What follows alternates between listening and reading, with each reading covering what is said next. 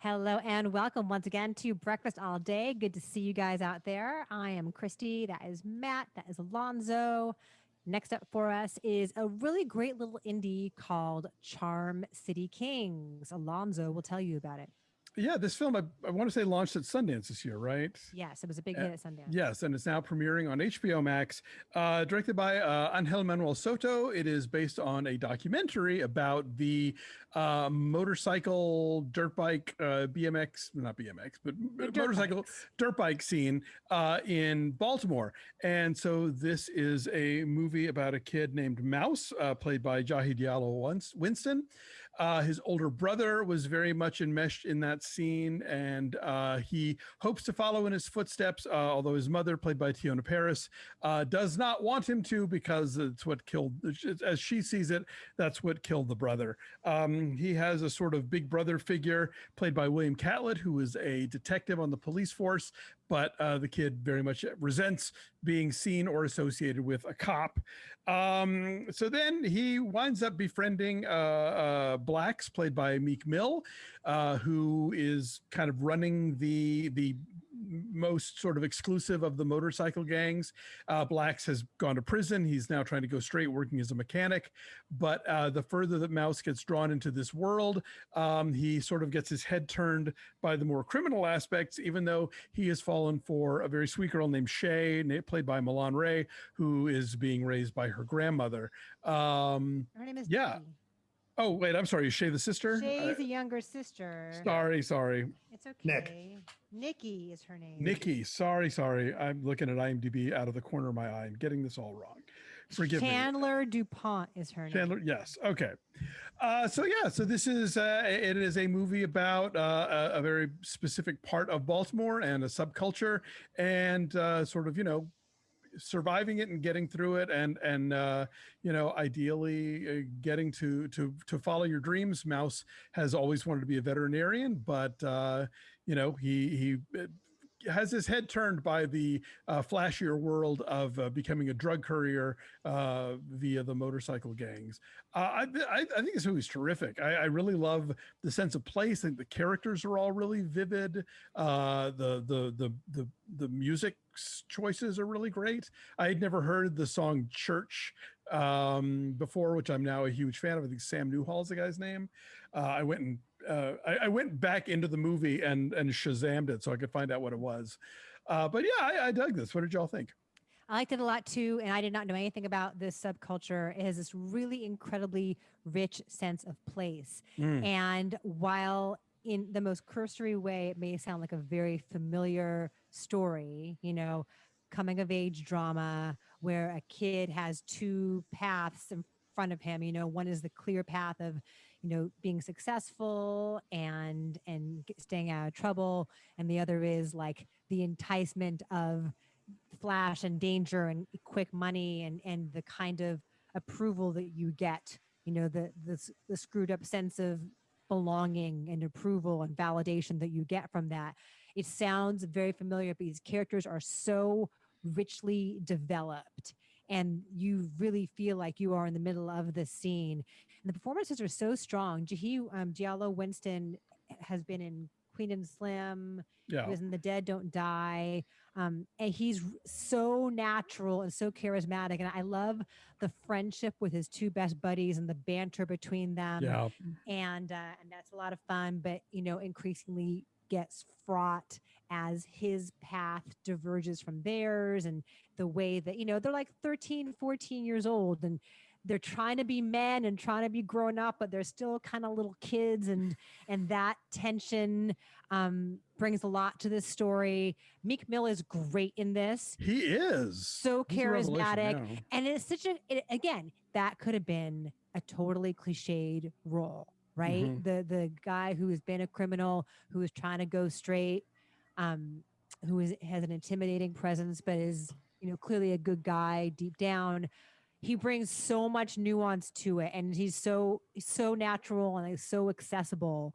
So I was really impressed by everyone in this. I liked it a lot. I want to mention Sherman Payne wrote the screenplay based off a story by Barry Jenkins. Right. Yes. Yeah. And I feel like were Will Smith and Jada Pinkett Smith executive producers? They on were. this, Yeah. Yeah. I love this too. I hadn't I hadn't seen the documentary, which I want to go back and see now. Yeah. They got a lot of those actual writers to do a lot of the work, and in fact, kind of talked to like the head of that scene, who kind of gave them their sign off to go and shoot those writers, like doing their. So you get a glimpse of what that really is like, and some of the outtakes are people. And even at the beginning, like people writing well and writing badly and getting in wrecks and stuff, right? I was just hypnotized by this movie. I hadn't known this scene existed either. The closest hint of that I think I ever saw was in the first Creed movie, where he's out jogging. Yes. Right. But right. that's and not Baltimore. That's right. It's Philadelphia. Yeah. Philly. Yeah, of course. Right. And it's a little like, huh, that's unexpected. It's so specific, right? Right. And I love that you get to see Mouse, and his gift for working with the animals, and like you see him volunteering at the vet, and how he talks to the dogs, and when they've got that cat that they're helping with the litter, and I like that a lot, and it makes for this interesting thing where it's like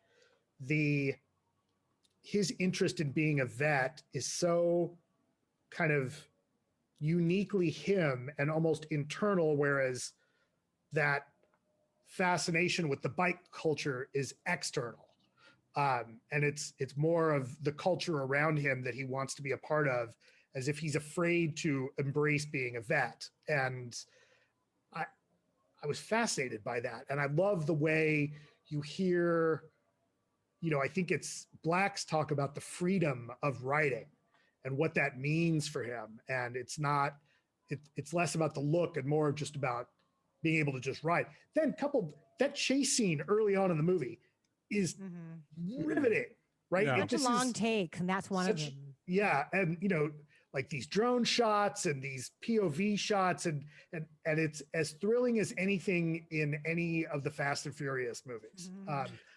I was really, really impressed with this. There's a couple places where, there's a little bit of like, I think, it does that, like, it tells us as opposed to showing us, like reinforcing, like, oh, Mouse could tell you anything about any animal. Like, okay. Like, let's right. The movie has an interesting sense of pacing, because there were times where I thought, oh, well, then clearly, like I just assumed, well, we're at this point of the movie now, and I would be wrong. Like there was longer left than I thought there was going to be, and it's not that it ever drags. It's just that it doesn't sort of like plop you out the 3 acts in the structure that you're used to getting. And so like they'll spend a certain amount of time on like just kind of these character moments between, Mouse and the girl that he likes, or between him and Blacks, where they're just kind of talking about the brother or whatever. Like this doesn't feel formulaic in that way, but it does. At the end, you do wind up feeling like you've got this rich sense of not just these characters, but the community as a whole. And the thing with writing, I mean, I think Mouse is certainly drawn to it because it's fun and there is that feeling of freedom.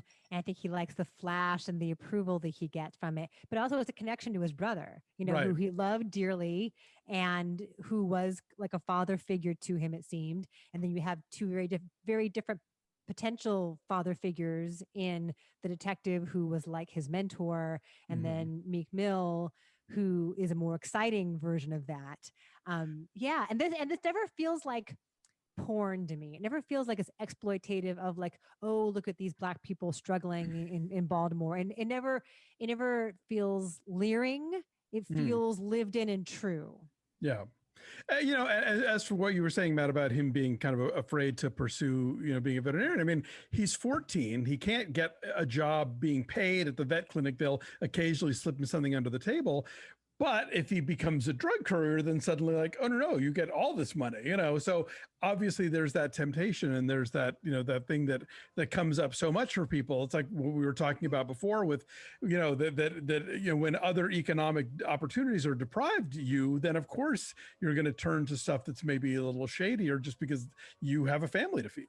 Yeah, I guess what made a difference for me in this movie is that it partly because you're so involved with the characters, and you see that, sure, the struggle for Mouse, like with a lot of folks in this community, there's a financial struggle, but really it's as much about, if not more so, Mouse figuring out who he is and less about the money, right? That's as important. And is he going to follow in his brother's footsteps just because that was his brother, or is he going to go with what clearly really means something he to has him. a talent for, right? And it's not even, and the movie doesn't even make it that black and white, so to speak. It's just, yeah, you're right, Christy. It's this very lived in, very, there's a soul to it, and that's what I really responded to. Okay, what's your number then? 8.5. I'm saying I said 8 also. No, you said 7.5. Really? Oh, You did, no. but you can change the number. I'm an 8. Yeah. Okay. Well, that's it's an 8.2. Sure. I believe you. Anyway, Charm City Kings is on HBO Max. Yes, it is, and you should go check it out. Thanks for watching. Like this video, subscribe to our YouTube channel. Visit us on the social medias at BeFastAllDay on Twitter, Instagram, and Facebook. And do check out our Patreon page at patreon.com/BeFastAllDay. Getting close to wrapping up season 1 of Lovecraft Country, as well as The Vow, with more stuff on the horizon, including The Mandalorian season 2. So thanks for watching. We'll see you guys next time. Bye.